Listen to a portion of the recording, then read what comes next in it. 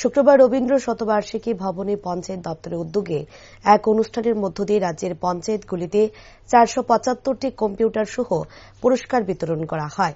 এদিন এই অনুষ্ঠানে উপস্থিত ছিলেন রাজ্যের মুখ্যমন্ত্রী প্রফেসর ডক্টর মানিক সাহা, পঞ্চায়েত দপ্তরের সচিব অভিষেক সিং, পশ্চিম ত্রিপুরা জেলার সহ সভাধিপতি বিশ্বজিৎ শীল সহ রাজ্যের অন্যান্য জেলার সভাধিপতিরা।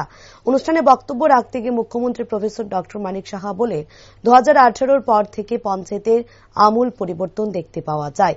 তাছাড়া দেশের প্রধানমন্ত্রী নরেন্দ্র মোদী ক্ষমতায় আসার পর থেকে দেশের বিভিন্ন উন্নয়নমুখী পরিকল্পনা গ্রহণ করতে দেখা যাচ্ছে।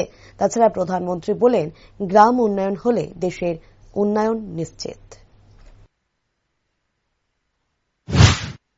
এতে করে আমাদের যে ইনোভেটিভ যে আইডিয়া, সেগুলোর মাধ্যমে আমরা সুশাসনের কথা বলি এবং উন্নয়নের কথা বলি।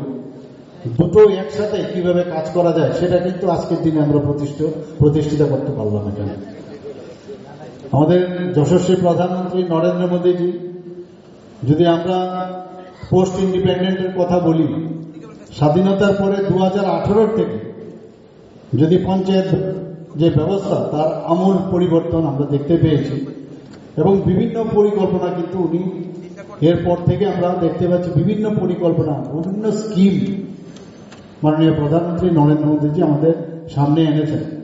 এবং এই স্কিমগুলো উনি কি বলছেন, যে পিপুল প্ল্যান ক্যাম্পেইন, যে কোনো পরিকল্পনা করব সেটা যেন মানুষের জন্য হয় এবং তার জন্য একটা জন আন্দোলন পঞ্চায়েত লেভেলে যদি হয়, তবেই আমাদের যে দেশে প্রায় 70 থেকে 75% গ্রাম, তো সেই জায়গার উন্নয়ন যদি হয়, দেশও শক্তিশালী হবে। সেটাই মাননীয় প্রধানমন্ত্রীজির উদ্দেশ্য, আমাদের কেন্দ্রীয় সরকারের উদ্দেশ্য, আমাদেরও সেই উদ্দেশ্য।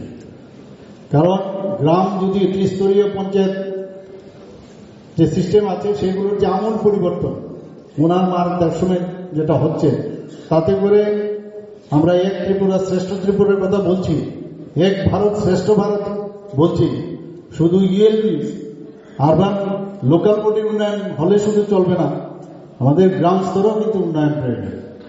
সেটা আজকে আমরা দেখতে পাচ্ছি এখানে, যে নতুন নতুন যে উদ্যোগ নেওয়া হচ্ছে, তার যে পরিকল্পনার সাথে সাথে তার যে বাস্তবায়ন, সেটা কিন্তু আমরা দেখতে পাচ্ছি।